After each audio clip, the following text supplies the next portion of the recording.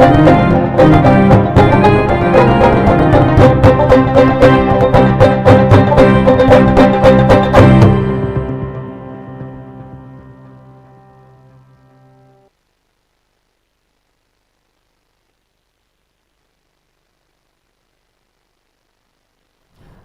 আমি মীনাক্ষী চোখ রাখছি মুহূর্তের খবরে। Indian academy of paediatric Tripura রাজ্য শাখা ৩০তম বার্ষিক রাজ্য সম্মেলন অনুষ্ঠিত হয় শনিবার। IMA হাউসে এই সম্মেলনের উদ্বোধন করেন মুখ্যমন্ত্রী ডাক্তার মানিক সাহা।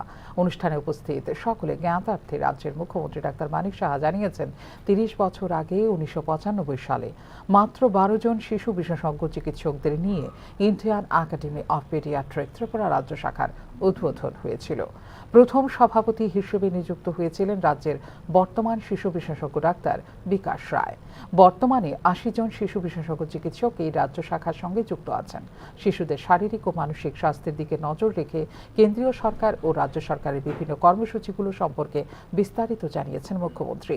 সম্মেলনে উপস্থিত রাজ্যের শিশু বিশেষজ্ঞ চিকিৎসকদের উদ্দেশ্যে শিশুদের রোগ প্রতিরোধের পাশাপাশি তাদের চিকিৎসা ও সতর্কতা দরকার, এই ব্যাপারে রাজ্যের শিশু বিশেষজ্ঞ রাজ্য সরকারের যৌথ উদ্যোগে বিভিন্ন প্রকল্পগুলোর বাস্তবায়নে চিকিৎসকদের সদর্থক ভূমিকা পালন করার আহ্বান জানিয়েছেন মুখ্যমন্ত্রী।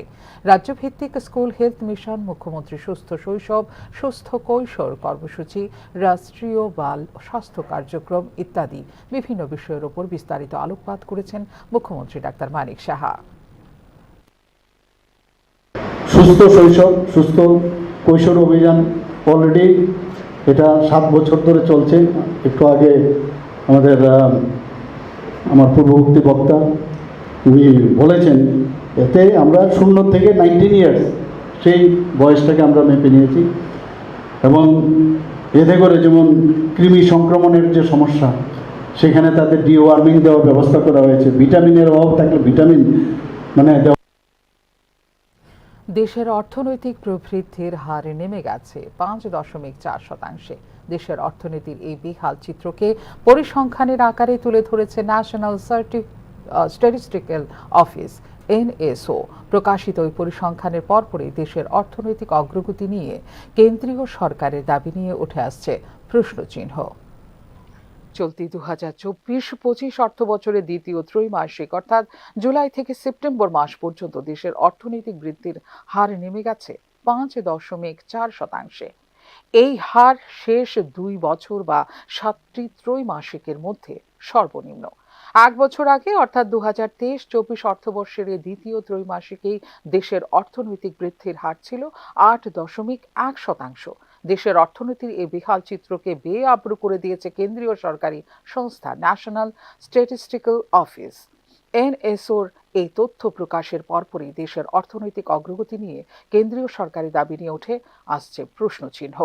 মূলত ম্যানুফ্যাকচারিং সেক্টর বা কারখানায় পণ্য উৎপাদন ক্ষেত্র এবং খনিজ দ্রব্য উৎপাদন ক্ষেত্রে অধোগতির কারণেই এত কমে গেছে অর্থনৈতিক বৃদ্ধির হার বা মোট অভ্যন্তরীণ উৎপাদন অর্থাৎ জিডিপি বৃদ্ধির হার বলে জানিয়েছেন ন্যাশনাল সার্টিফিকেটিক্যাল অফিস।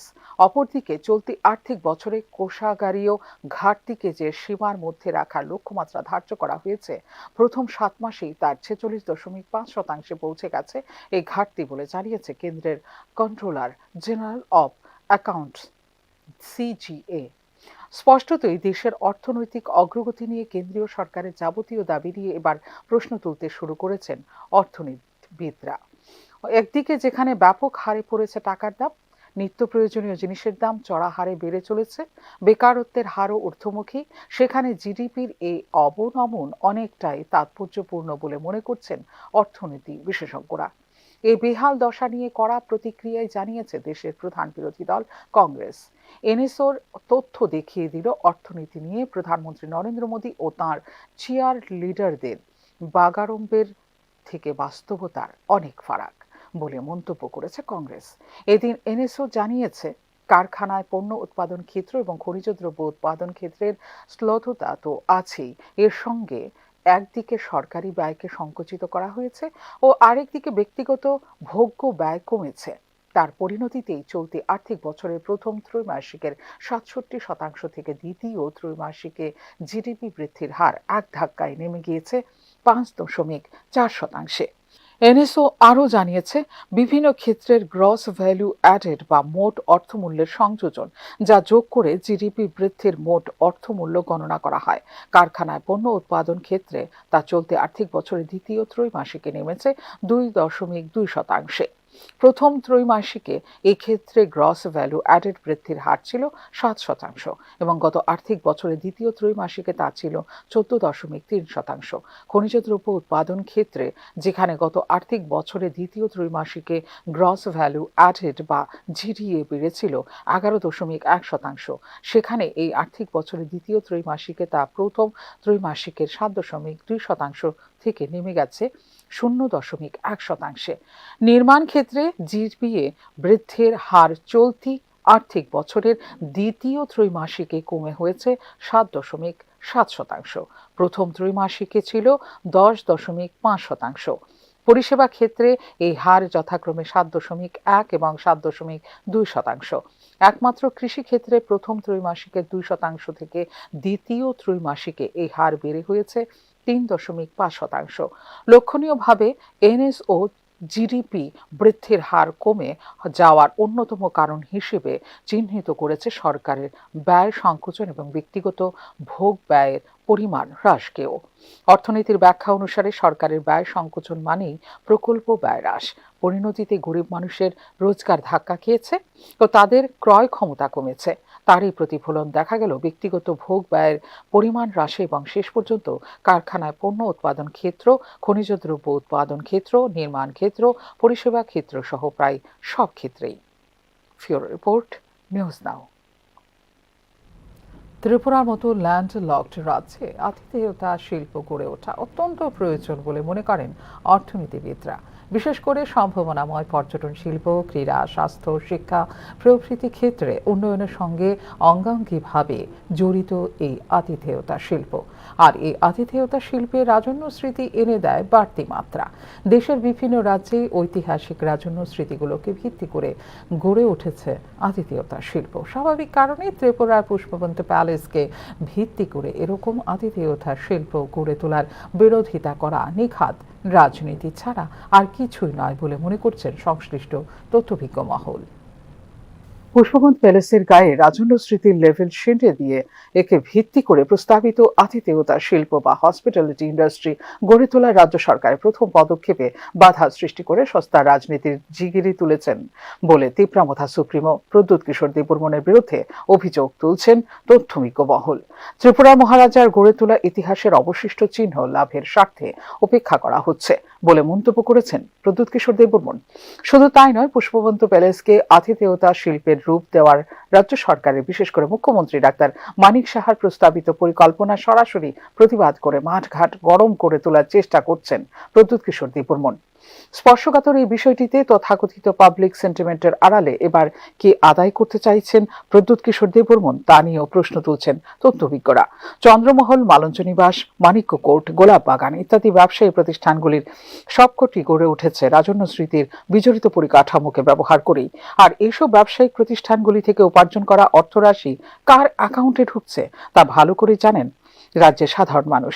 স্বাভাবিকভাবে প্রশ্ন উঠছে, রাজ্যের সাধারণ মানুষের স্বার্থে পুষ্পবন্ত প্যালেসের কাঠামোকে ভিত্তি করে বিলাসবহুল আতিথেয়তা শিল্প গড়ে তোলার জন্য মুখ্যমন্ত্রী ডাক্তার মানিক সাহার বিশেষ উদ্যোগে সরাসরি বিরোধিতা করে এবার কি আদায় করে নিতে চাইছেন প্রদ্যুৎ কিশোর দেববর্মন তা নিয়েই চলছে জোর জল্পনা। এই ক্ষেত্রে রাজন্য স্মৃতির দোহাই তুলে রাজ্যের স্বার্থ বিরোধী কাজ করলেও চন্দ্রমহল, মালঞ্চনিবাস, মানিক্য কোর্ট, গোলাপ বাগান ইত্যাদি রাজন্য স্মৃতি বিজড়িত পরিকাঠামোগুলিকে ব্যবহার করে দেদার যে ব্যক্তিগত ব্যবসা চালিয়ে যাচ্ছেন প্রদ্যুৎ কিশোর দেববর্মন, তখন কেন পাবলিক সেন্টিমেন্ট বা পাবলিক ওপিনিয়নের ধার ধারছেন না প্রদ্যুৎ কিশোর তা নিয়ে উঠছে প্রশ্ন। পুষ্পবন্ত প্রাসাদ, যা পুরনো রাজভবন নামেও পরিচিত, 1949 সালে রাজমাতা কাঞ্চনপ্রভা দেবী হস্তান্তর করেছিলেন ভারত সরকারের কাছে। বিনিময়ে প্রতি মাসে পাচ্ছেন বিশাল অঙ্কের রয়্যালটি। এই রয়্যালটির অংশ ভোগ করছেন প্রদ্যুৎ কিশোর দেববর্মনও। কিন্তু পুষ্পবন্ত প্রাসাদের এই পরিকাঠামোকে ব্যবহার করতে পারবে না রাজ্য সরকার, তা নিয়ে হয়নি কোনো চুক্তি। স্বাভাবিক কারণে পুষ্পবন্ত প্যালেসের এই পরিকাঠামোকে ব্যবহার করে স্বনামধন্য তাজ গ্রুপের সৌজন্যে রাজ্যে আতিথেয়তা শিল্প গড়ে তোলার উদ্যোগ নিয়েছেন মুখ্যমন্ত্রী। ত্রিপুরার মতো ল্যান্ড লকড রাজ্যের অর্থনীতিতে গুরুত্বপূর্ণ ভূমিকা পালন করতে পারে আতিথেয়তা শিল্প, যার অন্যতম অবদান হবে কর্মসংস্থান। অর্থনীতিকে অক্সিজেন যোগানোর পাশাপাশি বেকারত্বের হারকে হ্রাস করা, রাজ্যের সম্ভাবনাময় পর্যটন, ক্রীড়া, শিক্ষা, স্বাস্থ্য ইত্যাদি ক্ষেত্রে গুরুত্বপূর্ণ ভূমিকা রাখতে পারে এই আতিথেয়তা শিল্প।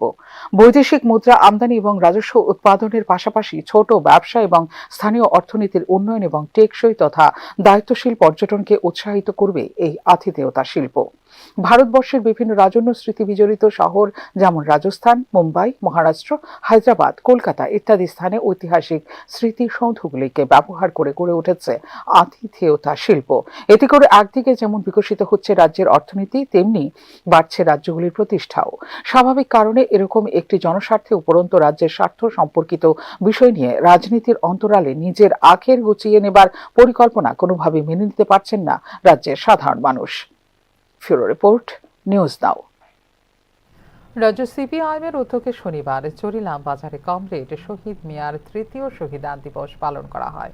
সিপাহীজলা জেলার সিপিআইএমের জেলা সম্পাদক তথা প্রাক্তন মন্ত্রী ভানুলাল সাহা শহীদ মিয়ার প্রতিকৃতিতে মাল্যদান ও পুষ্পার্ঘ্য করে শ্রদ্ধাঞ্জলি নিবেদন করেন। 2020 সালে 30শে নভেম্বর চরিলাম ব্লকে গণডেপুটেশনে জমায়েতের সময় দুষ্কৃতীদের আক্রমণে কমরেড শহীদ মিয়া সহ মোট 16 জন দলীয় নেতাকর্মী গুরুতর আহত হয়েছিলেন। তাদের মধ্যে শহীদ মিয়া নিহত হয়েছিলেন বলে জানা যায়। এরপর থেকেই 30শে নভেম্বর দিনটিকে সিপিআইএম দলের পক্ষ থেকে প্রতি বছর শহীদ মিয়ার শহীদান দিবস হিসেবে পালন করা হয়। এদিন অনুষ্ঠানে প্রাক্তন মন্ত্রী ভানুলাল সাহা সহ কমরেড শহীদ মিয়ার স্ত্রী, সিপিআইএম বিশালগড় মহকুমা সম্পাদক পার্থ প্রতিম মজুমদার, সম্পাদক মণ্ডলীর সদস্য দিলীপ রায় ও প্রদীপ দাস, অঞ্চল সম্পাদক জলিল হোসেন উপস্থিত ছিলেন।